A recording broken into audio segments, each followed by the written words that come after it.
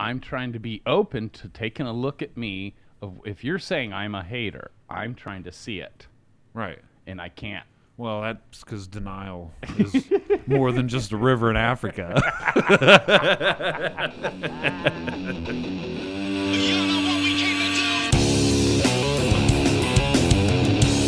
Ladies and gentlemen, we're back for another episode of the Tattoo Guardians podcast show. You know who it is, Mr. Joshua Carlton, Hip, who's continually helping to inspire people. I'm your third co-host, Mr. Matt Clemmer, and today we decided to try and bring this conversation to the table all around haters. And naysayers. And naysayers in your life. And how does it affect you? And how do you handle it in your life?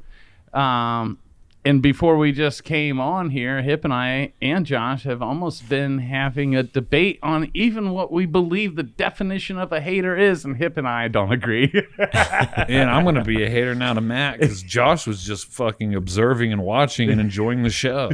I'm just up, like you said, I'm just up here eating popcorn. I hate both you guys now. I didn't even know it. I fucking hate Mike. So we had a little discrepancy on definition of a hater, because to me, when I say haters, I'm talking about the people who go out of their way to try and cause harm to you in your life, spread gossip out of malice. Usually, in my experience, it's never true or accurate, and none of them know me personally, but they go out of their way to spread a message of hate or to try and devalue the name, or make my name mud, whatever the case may be. That people that go out of their way to actually spread and gossip hate, Right. Which and usually lies, like inaccuracies. Even people talk shit. Someone said something to somebody, said something before you know it, like the story goes and blows out of proportion. Now there's people carrying the story, Right. and it's not true. It's not even accurate. There's been shit added to it. It's made up, and they don't even know the person personally that they're hating on. That to me is a definition of a hater. Hip, who is always living with a mirror in front of his face, and he's the old, if he's pointing one finger at anybody, there's more pointing back at him. And so even me bringing this topic to the table, Hip tries to see where he too has been a hater in his life, and now he's trying to tell me where I'm one. Well, we all are at some point. But like hearing you talk, isn't it your dad who because you were talking about people that, as the word travels through the grapevine, it gets misconstrued and distorted out of proportion and exaggerated. And then it always told me, like, your dad always says, "Well, don't let facts ruin a good story." That's right. Hey, no matter, it's okay. Don't, like I tell you all the time, don't let facts ruin a good story. Right. You know what I'm saying? And so I just bring up the awareness because, like, we are all everything. If it's a human condition, I've been it before.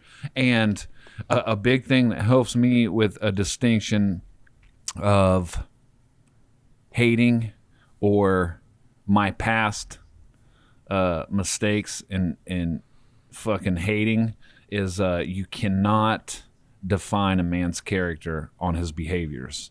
So I've acted out some stupid shit and been a hater in the past, probably sometimes in the present. I don't know. I'm growing in it. I know that for a fact, and I would much rather be a hypocrite than the person I was yesterday. So when you say you're growing in it, your awareness, like, you can easily catch yourself if you start to fall into hating. You can catch yourself. Is that your growth or what? Well, yeah, but I mean, awareness is key, right? The difference between stupidity and ignorance is awareness. If I'm ignorant to something, once it's brought to my awareness, now I've been given the choice to change that. If I choose not to change it, now I'm just being fucking stupid. Cool. I think haters fucking loser DNA all the way through. Right. It's fucking loser. How the fuck you worried about what this man's doing? Like Josh has already said when we've talked about him in the past, let me see your sketchbook. When we've said in the past, Right. his Coheed and Cambrian quote, man, your own jackhammer, right? Like, and so we've talked about when people, and we even hear things like, your neck will hurt if you fucking walk through life. Right. Looking, Rubbernecking. Right. To me, it's the first sign. So anytime I've caught myself, maybe in a moment of jealousy or envy, that maybe my thoughts lean over to starting to hate, boom, I immediately catch myself like, that's a trap. Every time? Huh? Every time? To my own degree of awareness. Because there's been times where I haven't, and, maybe I've got the fun excuse of like, I fucking shot heroin in my neck for fucking 15 years. So I can like fucking use that as my cushion. But changing a new way of life, a new way of being, changing my circle, becoming around people that like weren't focused on what every other fucking person is doing, but what they're doing and their vision and what it looks like to get there, and putting the blinders on. Once I put myself around people like that, like you, like Josh. Yeah, because when we met, you were in a house full of my haters. Yeah. You rolled with people that hated me. Right. So what do you think allowed you to still come to want to build a relationship with me? That's because the way I see you, I never saw you as a hater. I see you as such an all-inclusive type dude, and you see the good in everybody and love people, even though the dudes that you rolled with that fucking talk shit, hate my guts, don't know me. Even if you entertained that because you're giving them a pass because you love them, but you also didn't fall prey to just believing the lies and jumping right in with them. And in the midst of them hating, you still stepped out and came to meet me yourself to draw your own conclusion. And here we sit today. But what do you think was the difference of why you were able to not get brought down, and you literally were rubbing shoulders with haters? Okay, so I can unpack that, but real quick, the distinction I want to make is I'm not calling myself a hater. I'm saying I have hated before. I've changed a fucking solenoid in a car, but by no means am I a mechanic. Okay. So, with that being said, like I remember, okay, for one, I hated all fucking professional tattoo artists because y'all was a bunch of fucking arrogant, dickhead, swarmy cunts. And go on. Yes. And because I learned in prison, and it was frowned upon, so that was already misinformed information by a misinformed people that I was told about. Thank you. Right. So every time, usually. Yeah. Yeah. So I took that as truth. Then I started to meet some that were kind of all right, kind of not, but it didn't matter. And then I, met you, and you had this happy-go-lucky bullshit, fucking snake oil salesman, fucking fake nice guy shit. I was hating on it already because, and if you remember, the first time I met you, I was already skeptical because I was like, nah, this dude's bullshit. Because you're talking about like, yeah, sure, everybody should learn from everybody, and we should all be friends, and fucking learn off each other. And I purposely had asshole had cynicalness to that because I'm like, nah, I got to see where this dude's head's at. So I would ask you and probe those little questions the much that I could, the little bit of time that we spent together before I sent that Shakespearean text message to you about apprenticeships. And it even fueled my hate because like you didn't reply to it. But also at the same time, I was growing in my recovery and finding a different way to live. So what was more powerful than me taking that as meaning some shit and then making it hate was like, okay, I gotta work harder, I gotta be hungry, I gotta push further. So cool, I'm gonna make him respond to my text eventually one day, someday, and put my nose to the grindstone and did it. So the jury was still out because even though you hating on me, you still was relentless about getting to me. Yeah. And so does that make him an opportunist? Is that why? Maybe because, okay, if I'm getting vulnerable, because I'm self-centered in nature, you're a fucking amazing artist. And it was like, Cotterman, Clemmer, these are the dudes you need to look out for in Dayton. The dude who gave me the job at that particular shop told me to be aware of my competition.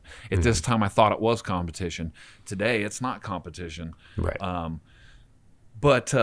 So clarify that. Why is it not competition? It's not just because you became so badass that now. Because I was being misinformed by a misinformed person who happens to be a hater. So it has nothing to do with your portfolio.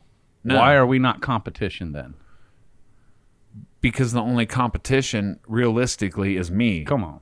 Okay. I'm my only competition. Okay.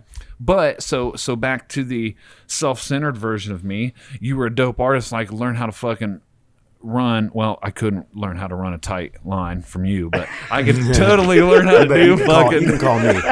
Oh, you just lighting them up today, boy. Let me just jump in real quick because Matt was saying, what made you stand up in full of a room full of haters? I think that Hip was smart enough to realize, well, Matt's really fucking good, and I see an opportunity. Totally, I mean, and that's and, where and, I was. and using the term opportunist can be bad. I get that, but I think that Hip was simply smart enough. Well, you bring up a good see point that. because if what's Josh saying is true, let's say if on a technical level, skill level, I wasn't any better than any of you guys, you probably wouldn't have even tried to holler, huh? No, Right, I probably would have been drawn to you because, again, at this time, like I'm learning a new way to live, and eventually the sadistic side of me would have fell off, and I would have seen the real, that it isn't a show, that like, okay, this dude's genuine, and I would have gravitated to that because that's what I was trying to be more like. I lived so long being scared and trying to be the tough guy and the intimidator and fucking look, my dick's big as fuck, the more meaner I am and the more I fucking hate. And yes, I did say meaner.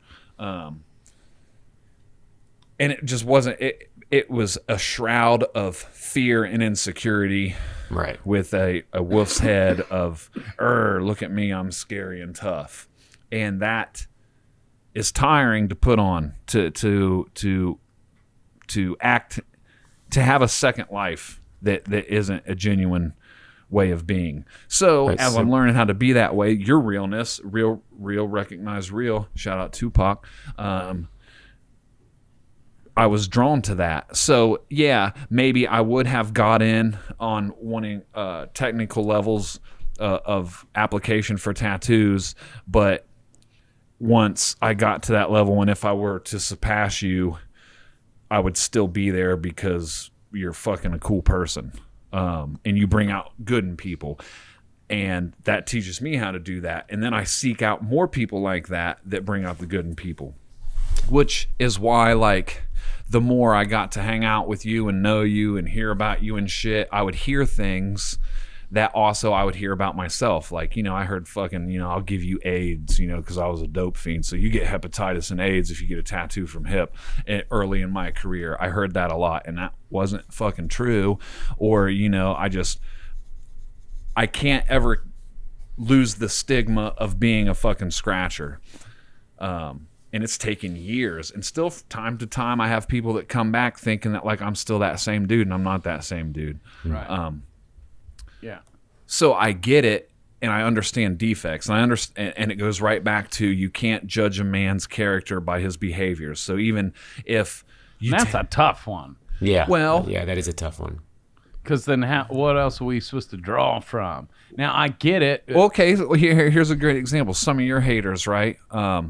He fucking takes fucking billion fucking smoke breaks, and you even said this, he's arrogant as fuck when he shows up late too. Right. Okay, let me pause you right there, because Okay. this is directly to your point of in the beginning of your career how you were perceived as a scratcher that'll give you AIDS, which it wasn't true then, but it definitely fucking ain't true today. But some of that shit is still following you, meaning we all are still paying. I'm still paying for some of my old sins, right? Like I teach tattoo business mastery today. Half the things I teach is from learning from my own mistakes, doing it wrong. We all make mistakes. The power is, do you learn from your mistakes? And half the shit I teach today is from all the ways I used to not do it right. Showing up late, like you said. Having someone in my shop for 10 hours and only getting 5 hours tattooing because I was the fucking break king, whatever. Leaving people unhappy. And after I learned, like, well, that don't work and serve nobody, it comes across as arrogance. Boom, I shifted so much and have been building differently since. Correct. But from some of those people 7, 8 years ago, whatever, they still fucking are mad at me. So I get it. It is funny how long something can stick with you. like you don't know what else do you gotta do to like be seen differently. And we're talking with me, and a lot of times, some of them it's a decade later, and you know what I'm saying. So I can get with that, and it's so hard because we all got a past, right? Right. We've all made mistakes, but man, that shit can follow you for a while, man. You know. Yeah. And even though you came over and hopped on and to build with me, and now you and I've created our own team, it's like you joined. Now welcome to the fucking hate, because now you've seen we both get hated. Our whole shop gets hated on now, right? So now you know what it feels like being on the receiving end, being treated like we just raped and pillaged their whole village. But I appreciate being on both sides of the fence, because now when I share, I can share from not experience from being hated on and experience from being a hater, you know, because even, you know, man, there's sometimes, you know, you'll see a fucking badass tattoo and, you know, what is it? Monday Malarkey. Yeah. He fucking had a video. He said, you know, he's been tattooing fucking X amount of years, and this fucking newbie fucking shows up and does one tattoo that's better than his whole fucking career. Yeah. And I was like, man, I can't tell you how many times I've seen a fucking tattoo from Steve Butcher or fucking Joshua Carlton where I'm like, motherfucker, like, why them? What the fuck? You know, and hated. Yeah. Because it's so fucking good. Yeah. Now, this is a different version of being a hater. Right. But the awareness, right, kicks in, and it's like, no, don't hate, celebrate. Can't tell you how many times when Zach fucking beat me in that fucking competition, I was fucking hating on him. Inside, I was burning his shit down, dude. But there eventually, I had to be like, damn it, celebrate. This is your fucking dude. This is your homie. You know? Yeah. How much do you think is a little bit of tribalism too? Like when you were with this group that was hating on Matt before, you know, were you just kind of joining in because that was your group, that was your tribe, and then you saw Matt as, hey, this might be a better tribe for me, right? If I can link up with Matt, because I don't really have any real reasons to hate. I'm just parroting back what everybody else is saying. Or did you genuinely have something that you had heard? No, you know, you hear some things. So, okay, something that's very distinct. So, boom, when I get in recovery, there's this person who runs like this treatment facility, and from people I looked up to in recovery, I heard bad things about the individual, and I was like, yeah, fuck that guy. Right. Well, this gentleman happened to hire me to do a painting on a wall of this building where people, it's a safe place to go for people who are just like not trying to be around drugs and shit, and you can hang out, watch TV. And I did it, and because it was like community based, when he asked me what I wanted, I said nothing, like, you know, I'm being of service. And he was like, cool. But while I was painting that, he would show up, me and him would talk, and like I got to see a side of him that I never knew. One, because I never gave him the chance to know that side. I just went off what other people were telling me that had bad experiences with them, because we've all got haters. And we're all awesome and kind of a piece of shit sometimes. It's the human condition. Well, then he took me live on news and fucking gave me like $200 at the time. This is early in my recovery. And like I hugged him in front of the camera and told him that I loved him. And since that point, that showed me like, don't judge people on other people's opinions. Find out for yourself. Come on. But still from time to time, I'll get trapped in that, which is part of the awareness. And then I have to play my tape back and be like, okay, wait a minute. Am I giving this dude or chick a fair chance in my head, or am I assassinating them right off the rip? And there's been times where I have done that, and I've had to like pump the brakes and like find my own experiences. And that usually works out best, because now I have a genuine assessment of my own opinion that's from me, not other people's opinions of a particular individual. But yes, back to like the haters, right? Since jumping on with you and feeling it totally. Now, I will say, like, my stigma, I don't know, it's weird, because even still, like with the hate at aisle 9, like only between like one particular individual has my name really been brought up? I get like lumped in as the whole group, but the main focus, the target's on your head. Even, you're right, because some haters will be like, hate on me, but bring you up and be like, but not Hip, he's cool. Right. You know? I'm like, which is weird to me. I've gotten that myself a lot too. Like realism artists. You know, they'll throw all realism artists under the bus, and I've heard like, oh, well, except Josh because he uses black or something like that. You know what I mean? And I've had haters. When I wrote my book, talk about hate. I mean, we could do 4 hours on the hate fucking email I got when I wrote a book about tattooing techniques, even though I was not teaching people from the ground up at all. This was like already, you know, solid tattoo artists. Just, hey, this is something that works for me. Maybe you want to try it. But man, I got eviscerated. People were telling me I should kill myself. Weren't you one of the first to like have the DVD out? I think I might have been either the first or definitely one of the first.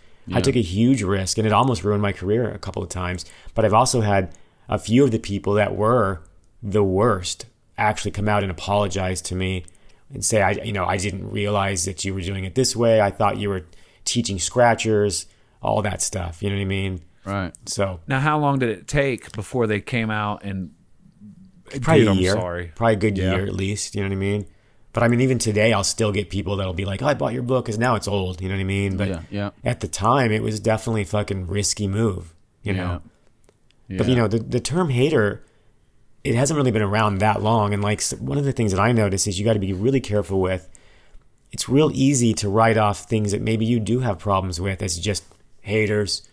You know, it's like, hey, right. Josh, you're always preaching this, but then your tattoo, you didn't do it. You're just a hater.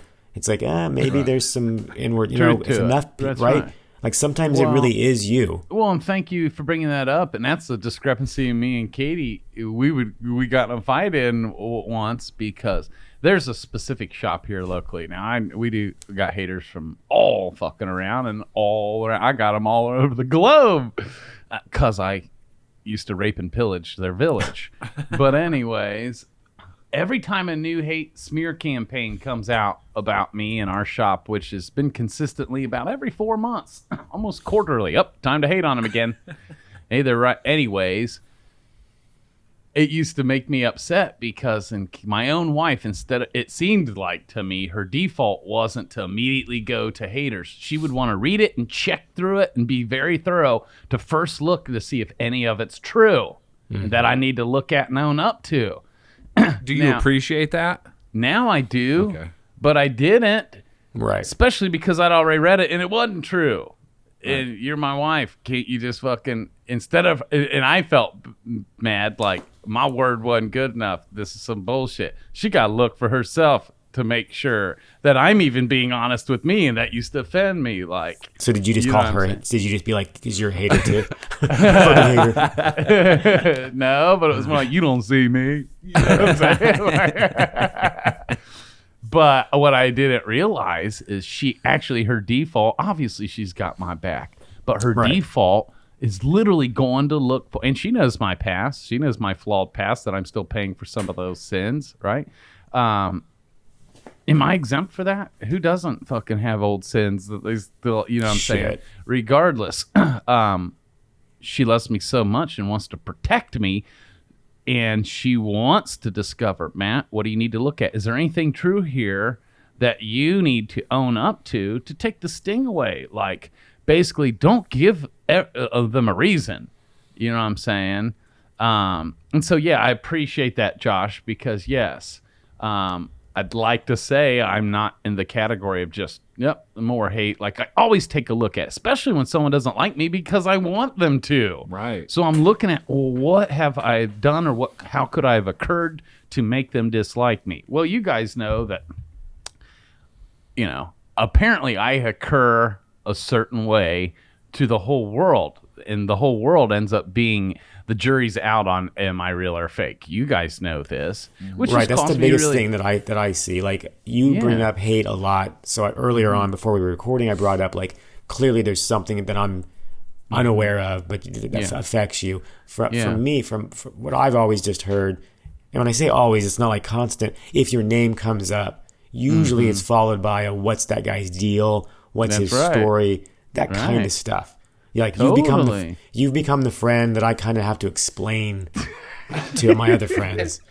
I know it. And you know what? I don't know. I'm used to hanging out with me. So it's not until these things that I have contrast to realize, like I must occur not normal. But I don't fucking know. But let's look into that a little bit. Like, what if you met you, right? Like, unfortunately, because of other people's actions, you're going to get put into a box. Like when you go to when you go to a store like Walmart and certain things are locked up, right? They're locked up because people have been stealing those things, right? So you, as somebody who doesn't steal, now is affected by somebody else's actions, right? So can you come off as like a oil salesman? Yeah, you can. Yeah. Right? To somebody that's maybe been fooled before and been screwed over before. So their guard is up, right? So, you always come off as happy-go-lucky, all these things. So it's easy to go, well, he's always happy-go-lucky, and then every once in a while he throws in and reminds you that he's a coach or that he's this or that he's that. So what's his agenda? Oh, he's trying to sell me something, right? Boom. Somebody's going to hate on that because they've dealt with people trying to fuck them over in the past. So a lot of it is their guard being up, right? And then they end up forming their own opinion, which is not true, of you. Now, I just simply got to know you, and you're like the most genuine motherfucker ever, but I didn't know. And how do you get people to know that? Man, come on. Like, what's right? Because this shift in the conversation which is the part I wanted to get to, is how do we respond or react? Now what? And that's a great question, Josh, but were you trying to interject? Well, the question he proposed is, it goes back to like we're not in control of other people, places, and things. So, which is, we can't change people's minds about us. That's completely up to them, and if they want to. Right. Cool. So let's shift the conversation to that question. Right. For all of our listeners, if you can relate to any of this, and does it hurt your feelings? I've always been impressed or shocked by the guys that seem to not be bothered by it at all. Like, fuck it. Fuck yeah. Attribute. Like even Kevin Gates that's real interesting. Yeah. Kevin Gates is like, they still fucking with me. Like, damn. You know what I'm saying? Like, especially when stuff's not true. Like, it's the worst to read something about yourself. Like, I remember years ago somebody calling me. I don't even remember why he called me, but he was just like, man, I've heard all about you. And I'm like, what? And I've always heard shit like that, but nobody would ever tell me. And I'm like, what do you hear? He was like, well, I hear, he heard that I was gay, first of all, which was just such an odd thing to even bring up. Like, even if I was, who cares? Who cares? But I'd also been married for, 10, 12 years at the time. But he also heard that I ran a sweatshop. Because I was building a lot of tattoo machines and stuff back in the day. Yeah. And it's like I had a group of friends that I paid and we hung out and built machines together. And I had bought an old funeral home. Like I had an opportunity to buy this beautiful house, but it turned into, he just wants to have his mansion and his millions and his... It's so crazy how like it just turned into this leviathan of lies. Oh, right? yeah. And if they would just kick it with me, they'd have been like, oh, shit. Josh is just down to hang out and like fucking eat chicken strips, Thank you. Yeah, and it's weird how crazy they get. I mean, there are true stories, outlandish stories about me, but one that I'm actually a cult leader, and that everyone at Aisle 9, like literally as if I've got like, they call it the Clemmer Kool-Aid, and everybody's on the Clemmer Kool-Aid, to the point, but it's like, it's a real thing that's talked about. And even so, if someone joins my team and starts to actually get happy in life, find some joy, Kool-Aid's fulfillment, start getting successful, become a better tattoo artist. Right. And instead of, they blame it all on the Clemmer Kool-Aid. It couldn't have been this man's hard work. It couldn't have been all the blood, sweat, and tears for him to press in and to be able to go and win that trophy. Nope. Right. I just slipped him some of my magic drink. You know what I'm saying? Or a fun one, is that we put a gun to clients' heads and make them pay these outlandish rates. That's right. Or we tricked them. Even though there's 100 shops around us, there's a shop literally next door to us that we'll even tell them, you could go there and pay a fraction of our prices. We'll be the first to say, we're premium. we're not the cheapest in town. Like, we let them know all on the front end, but the haters act like we tie them down, put a gun to their head, tattoo them, and make them pay us triple. You tricked me. You tricked me into this beautiful fucking tattoo. God, it's beautiful, but you tricked me. Then they'll use us as a martyr and be like, well, sorry, guys. We got to up our rates because fucking aisle 9 is fucking ruining the game for us. It's weird. They talk shit, and don't you know they all fucking raise their prices. Yeah. You're welcome. No shit. But yeah, so how do we respond? What's the best strategy here? I'll tell you. Here's what I've learned along the way, and I don't know it's the best strategy yet, but here is what I've learned along the way. But before I get to that, we've all heard things like, hey, if you got haters, that means you're doing something right. Or we hear things like, man, until you get haters, you ain't doing it right. Like, that's a good sign. And that shit sounds cool until it happens. And I mean, it is factual, but you are right. Yeah, when it happens, it fucking hurts. Yeah. It does. And that's what's different because, I could be hated on from people from my old sins of when I used to, like, fucking not operate great, right? But today, we got new haters, and it doesn't have nothing to do with if I tattooed you the last decade. Because they say things. The more you rise, the more successful you become. In our scenario, even mine, I make videos all the time. We vulnerably put ourselves out there. This podcast every week. The more you put yourself out there to the world, there's going to be more people that is going to judge. And so it does come with the territory, which we're starting to get now. Totally, and it still hurts.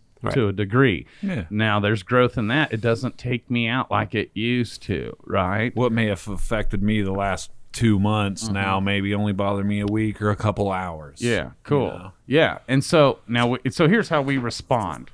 And we have, like, this is the house, the value. I'm still trying to find a word better than rule, but for lack of better terms, it's the house rule at our house to not respond at all, to not engage at all, to not give the very thing that you don't agree with any power. Don't feed the trolls. Come on. The truth needs no defense. Now, in the moment, it sure seems like it needs defended. Those are lies. That ain't true. Because we got friends, clients that will try and stick up for us. Oh, yeah. All the people who do know me for real, that gets them mad. They get mother hens for us. And I even tell everybody, the truth needs no defense. Please do not even patronize. Do not even give them anything. And so, and other haters in town will tag us, whatever. And that's hard to do because sometimes it's tempting. And I don't even mean it's tempting to respond back with hate or defense like, fuck you guys, nah, right? Here's one thing I have done every time, whether I'm guilty of this or whatever. So we never respond back, and it's always online, so no one's comment or nothing, right? But what I will do every time, Josh, is directly contact the hater and the shop owner who's smearing my name and invite him out to dinner, like one-on-one, and say like, and I honor them when I do it. Like, I'm not even coming with defense. I'll say things like, hey man, I just wanted to let you know you've been in the game longer than me. I've always looked up to you and respected you. And man, and compared to you, I'm a new shop owner in the city, and I'm not above reproach. And I would love to sit down. If you have true concerns about how we are operating from one shop owner to another, let's meet, break bread together. The bar, lunch, dinner, coffee, whatever you want, it's on me. Anyone can sit down and talk shit about anybody. But if you have real concerns, are you willing to sit down and talk with me? Again, I'm not above reproach, right? Going straight to the source to try and build a relationship. And this isn't online for everyone to watch and eat popcorn. Guess how many of my haters are willing to meet me in person and break bread together? I'm going to guess 0. 0. Yeah. 0. And so then I have to let it go there. But they'll always know, like, the man they were hating on literally reached out to them that day and invited them out to dinner, right? And to me, that's what crosses over into coward land. It's to me, you're such a coward, you're going to spread lies about me and get your whole shop in on it, act like you're concerned, but I'll come straight to you right now and sit down and have a real authentic conversation, and you're not. To me, it just blows my mind. But anyways, we had to let it go. In the meantime, we still don't respond. Well, then what? I believe, and I'll just say this, like, the truth needs no defense. For lack of labels, God will fight your battles for you. If you fucking don't try and be God in your own life and take control and fight it yourself. And so the reason why I play hands off and I have to deal with myself to not let that take me out or hurt me, the truth needs no defense. And after I've done introspection, Josh, to make sure that none of this is true, that, or the thing, after I'm done looking at me and making sure, right, I can rest easy knowing my authenticity, knowing the mission, knowing my heart, and knowing that the real knows my heart, the truth knows my heart, God knows my heart, and will fight my battles for me if I stay out of it. And it, even though it takes sometimes years, it fucking happens every time. And there were so many times I was so tempted just to do something, to defend and fight the battle myself, right? But I wasn't released to, I wasn't allowed. And every time I was tempted to, my inner voice is just like, nope, get back to your mission. Don't worry about that, you know? And the rest is fucking up to the universe, you know? But I have noticed over time, and you and I have noticed this together, today, some of our biggest fans, brothers, best friends, were once our biggest trolls. And the other than God fighting my battle for me, the only thing more powerful than our actions, whatever video we was doing that made us get hated on, was how we reacted, right? And so you already know most times we don't react at all. But like you remember one time you and I used to do Facebook Lives together all the time. And there was a dude that decided, he followed us both. He's a tattooer in California, and he would jump on and troll us, right? But how we responded to him was with love every time, not hating back, and it was consistent. So consistent that over time, this dude decided to change his mind about us because he didn't really know us. But how we treated him when he hated us and trolled on us was more powerful to eventually he crossed over and decided to become a raving fan and apologize to us both and is a huge fan to this day, right? And that's what I mean why God fought that battle for me. We didn't do shit. And the only time we did, we reacted in love and acceptance, right? And so even though it takes time, some of them can be brought around, you know? My own mentor, who we've had on the show multiple times, you know, years ago when him and I parted ways, it wasn't pretty. And he made me his enemy that day, you know? I feel like he wanted me dead, if not personally, my career, you know? And it broke my heart, and I'd always prayed that the relationship would be restored. It took a decade. But now not only is the relationship be restored, and it was two men coming together and saying basically like, brother, I'm sorry, right? And now, not only are we brothers again, not only is the relationship be restored, but now we're having talks of what's life look like together now? What could we build together now? Not to mention, he just joined TBM and is at this table in the flesh with us, right? And what I'm getting at, what is restorative restoration and that shit, because, and that was different because we actually had a real relationship. He wasn't all like what I call haters, because to me, the haters are people that don't know me and they're hating. But this was a real brother. But what I'm getting at is when we're consistent and stay true to ourselves and you speak your own truth, no matter what the world has to say, and if you stay consistent, people will come around, even if it's they quit hating, right? That experiences and having that tangible evidence is important because, like... Well, and you know what else happened last week is one of the biggest shop owners and haters of us to this day, and I think it's safe to say this dude still hates me, but he wrote me an apology on my DM and Instagram this week, you know? And he's the shop owner that hates my guts, that wouldn't go out to dinner with me and does a smear campaign on us in our shop every 4 to 6 months for the past 3 years. The only reason I remember that is the first one came out when my daughter was being born. I was in the hospital trying not to let this ruin my day. Well, she's 3 now, and he's been dropping them ever since. But just this week, he wrote me a DM on Facebook and apologized and said from here on out, he will keep his mouth shut and stay in his lane and won't say anything about me without contacting me first. And the last words was olive branch. Wow. Right? And I swear this dude's gone so far out of his way to try and destroy us in his own shop. But what happened differently? Now, maybe something happened in his world. I don't know for sure. Alls I know is we never engaged, never responded. And after years, for whatever reason, again, I feel like God fought my battle for me and got that man to send me an apology out of the fucking blue. And again, that just blew my mind. And it made me, Josh, be glad that I didn't react every time I wanted to, because it would have probably robbed the restoration that was taking place and being orchestrated, unbeknownst to me. It would have just snowballed into this giant fucking monster. That's right. Yeah, and to a third person viewing two people arguing, they both look like idiots. Right. Right. Yeah, man. And so, So what do you think? Yeah, go ahead.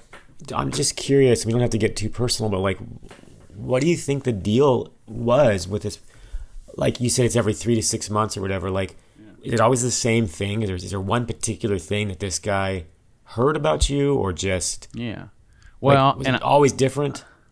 It was, and it was a couple things, because there's a backstory. Gotcha. One, I know that he's gotten a handful of my old clients that were unhappy with me, right? Gotcha. And even when he posts about that, the wisest person in the comment thread was St. Mark, almost saying, whoa, guys, like, woe to the shop who just receives anyone walking in talking shit about another artist, because you know better. There's shitty clients out there that tries to create division. To the point, Josh, where we don't even entertain it at Aisle 9. And we all know what it's like to have someone walk in and they're consulting with you about either fixing this piece or doing a new one, but they'll immediately go to talking shit about the piece they don't like and who did it and why and all that. And I immediately will stop them every time. Like, I don't even let them finish their story. I'll empathize with them briefly, like, man, I'm sorry that happened to you. Whatever happened to you, I'm sorry you're unhappy.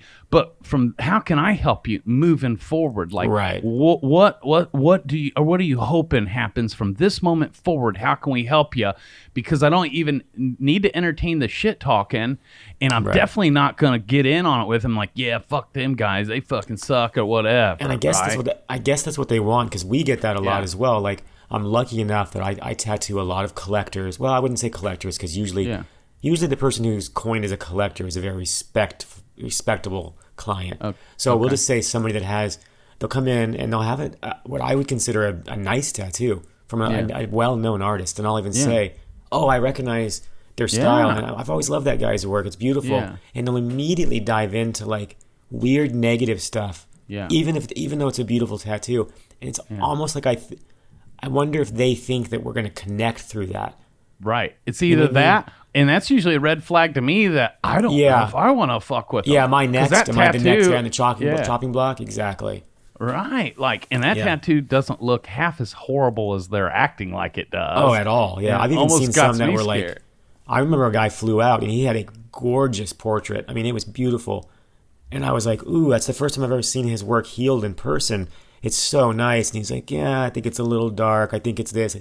I didn't see any of the problems he was talking about. Right. And I immediately was way less enthusiastic about tattooing the guy, because I was like, fuck, But, that's right. I've always been curious if he thought I'd be like, yeah, fuck that guy. Like, I don't know, man. And apparently a lot of shops are that way, even for their own self-esteem. Like, yeah, fuck that. Let's talk shit about the other shop to bond on that, so you're in good hands. Exactly. And I don't need that. Don't want it. It's not welcomed, and I definitely won't entertain it, because I love how you steer it in a different direction. I love that.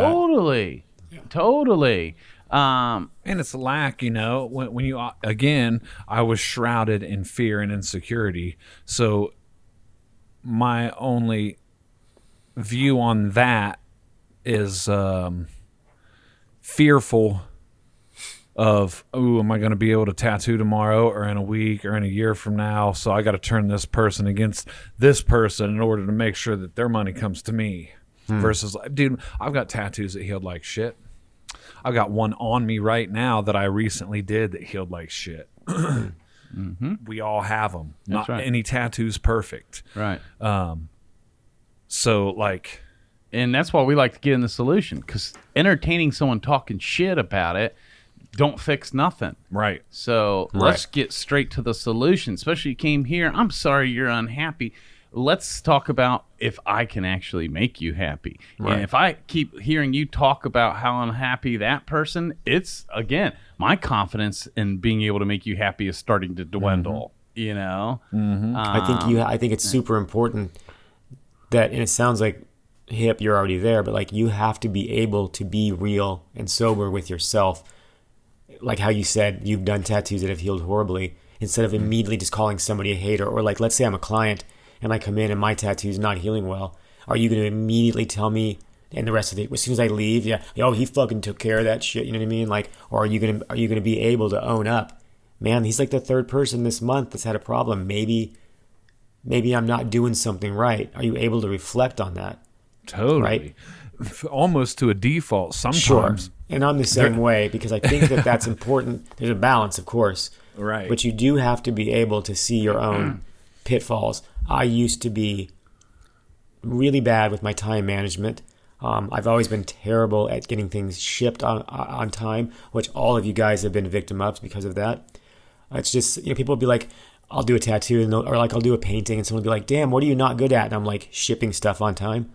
You know what I mean? Like, it's not out of like not wanting to do it or laziness. It's just life happens, right? I can make a million excuses, but I'm fully aware that that's a problem that I have. I've heard both of you, Matt, I heard you say a tattoo someone was unhappy with, or Hip about healing. I guess long-winded, I'm just saying it's important that we know our weaknesses so we can work on them. And learn from them. Yeah. We can learn from them, Totally. We can't just scream hater. That's right. Everybody's just, we all have faults for sure. I've got a ton of faults. Yeah. Another trick that I've used to not be hurt by haters, and this is like an analogy that maybe this will land for you guys. Josh, if me, you, and Hip went to the grocery store right now, and we're standing in aisle 9 at the grocery, and a man comes walking by the aisle, and as he passes us, he accidentally steps on my toes and bumps into you, Josh, as he's passing through. And we both step back and we look up and notice the dude's blind. Are we going to be offended? Are we going to lynch him and be like, motherfucker? No, because he's blind. He couldn't see, right? And sometimes that's where I'll get to with haters. After I'm done checking myself, instead of being hurt or whatever, I'm not offended, because that's all they can see. They can't see anymore. And so why would I expect or be hurt by their limited view or lack of sight, right? I have to chalk it up to, of course, I'm not going to hate on them. I'm actually going to love on them, because they know not what they do. And this coincides with some of our earlier podcasts about impact, right? Because you're talking about being blind and can only see this much. Maybe there was a point in my life where I was unaware that I had an impact. One, everybody has an impact. Tattooer, fucking plumber, teacher. Yep. We all have impacts. Yes. So there could have been something that I did that made an impact on someone so negatively that, like with you, has carried on for decades. And you don't even that's remember all they it. can. Right. And that's all they can see. That's right. They have this memory of you that you don't even know, good or bad, right? I think about that a lot. Like, somebody out there has a memory of that affected them greatly, negative or positive, and I don't even fucking remember. Yeah. So yes, you do have words carry weight. We all have it before tattooing, even not just like you mentioned. It doesn't matter what line of work you're in. It has impact. It's right. Crazy. Papa. It is, man. It really is, man. Yeah, I don't know. Like, I wish that there was just an easy answer on all of this. You know, I'm sitting here listening and I'm just thinking, like, like I said, what's the best strategy? And I think what you're doing, Matt, is great. I think inviting them, even like the olive branch idea that the other guy did. Yeah. Just being, at the end of the day, if you can lay your head down and just be like, I was open and honest. Yeah. I owned my own faults. Right. I did the best I think I could do. Yeah. What else That's all can we can do. Living in your own truth. But all along the way, your own ego gets checked. Kind of like you mentioned earlier, the dude that heard all these stories about you until he met you. And then you made the comment, man, half these people, if they could just hang out with me for a day, they'd actually get to know me and realize all that's bullshit. And so I was in the same camp. Anytime someone would write shit about me, especially if they were in the same city, my ego, I'd have to check my own ego because I'd want to go and fix it and be like, that ain't true. And surely if you met me and hung out for a day, you would know that it's not true. But I had to check, is that my own ego wanting to go and fix it every time and make it better? And that's what I've had to even check my own ego and let it go. And not try and undo the lies and let them ride. And, that's a good point, too, because you know how, like, the universe will weed our garden for us. Maybe that's like a premeditated siren that the universe has thrown out there. Like, yeah, see that motherfucker over there screaming? Yeah. You don't want shit to do with him, so let that shit ride. Thank you. And it's kind of like that little clip from that sermon we heard of the guy was saying, like, sometimes God will hide you in plain sight. And he will allow haters to show up in your life and to treat you the way they treat you. And it's actually a gift because he's allowing you to see their true colors. Because nothing exposes a man's character more than getting to watch how they treat someone they don't think they need. Right? And so sometimes it's a gift for us to see their true colors. I think that's what's happened to you recently. An artist you've admired and looked up to recently, I feel like you were given the gift of seeing their true colors to where, you could maybe have a different perspective about them, even though it's painful, right? But there's something to that as well, But you've noticed, like, we don't even hate our haters. Like, we still got love for them to the point where it's like, it don't matter what the shit you've talked about us for years. I believe we could actually be friends. Want to be friends? And they're like, the fuck? This dude. And I would say you're totally more approachable on that end. But also the whole reason that we can even say that is from experience of, I was given so many chances, time and time and time and time again. So who would I be to not do the same for other people? Right. Yeah.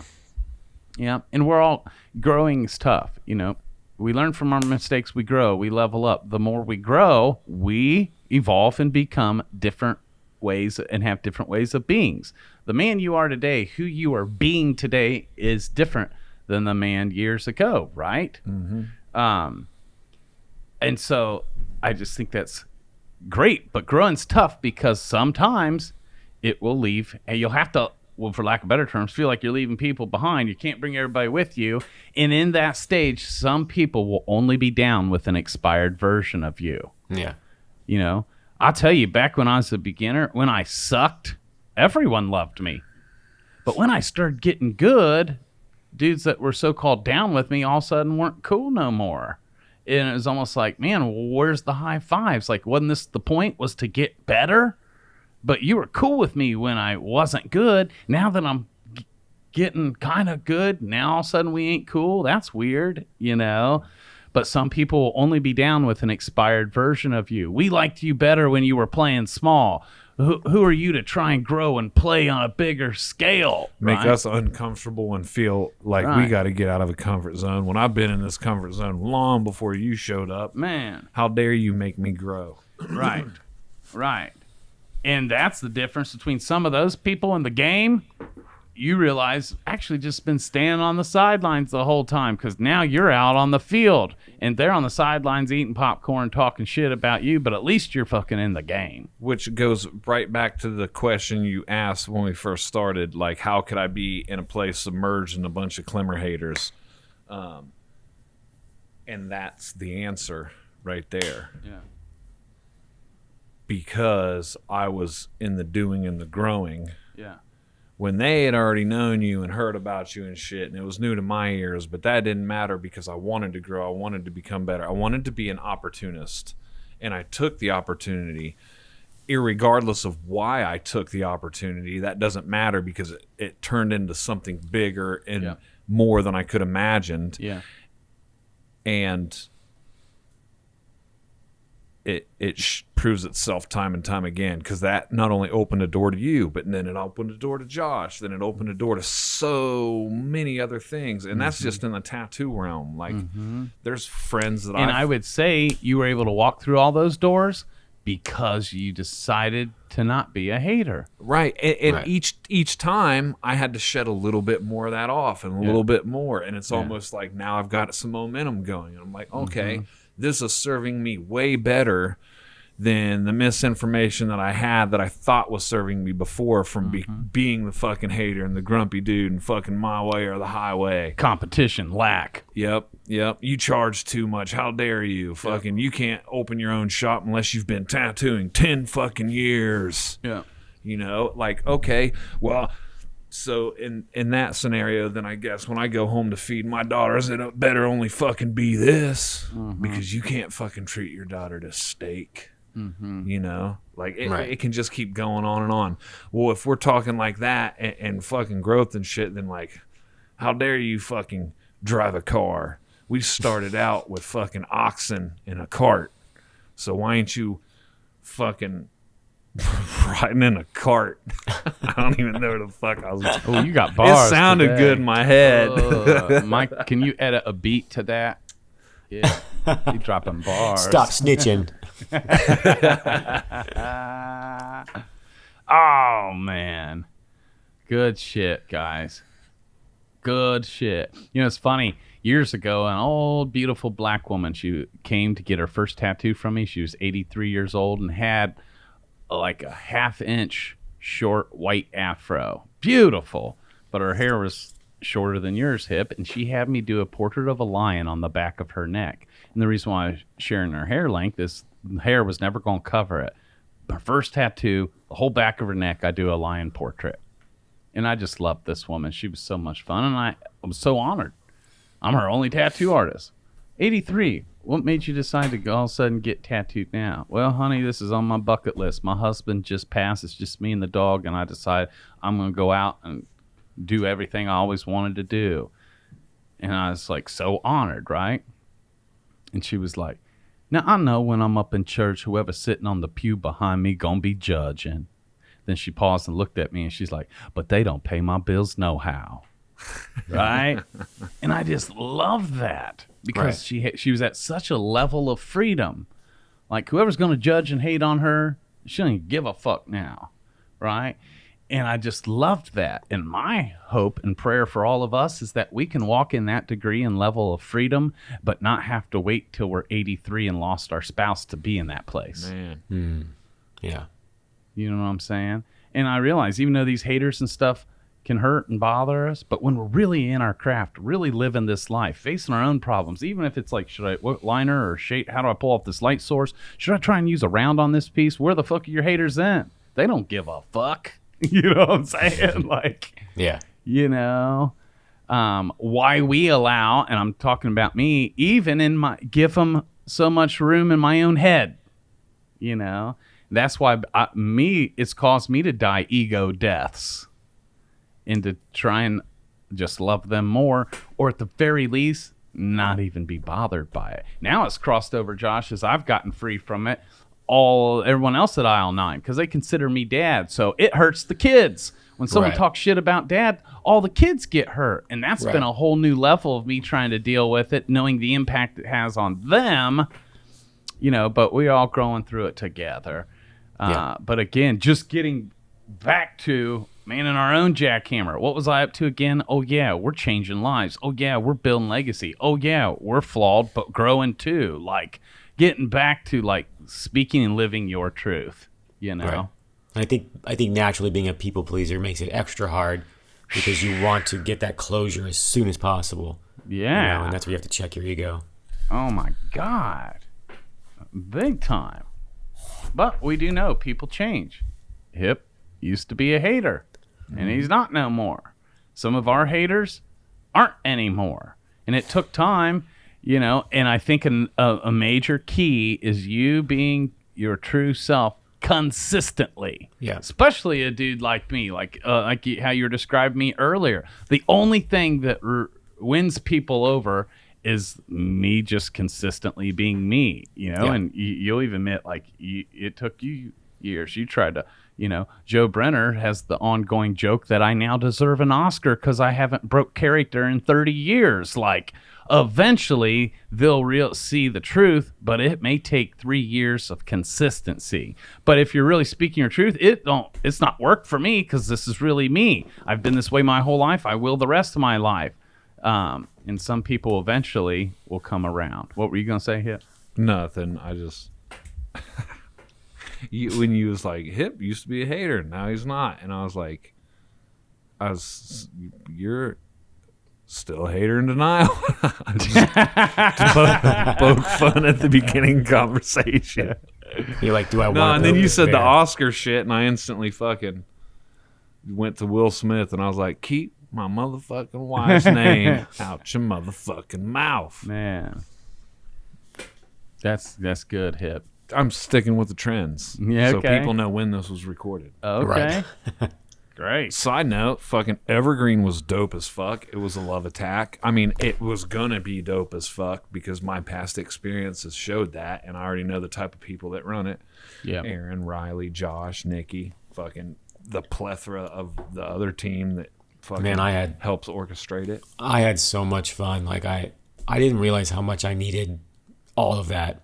Man. Like, to see you guys, to see everybody, like, usually it's a really stressful time for me. We're setting up everything, and I'm usually about this close to a heart attack.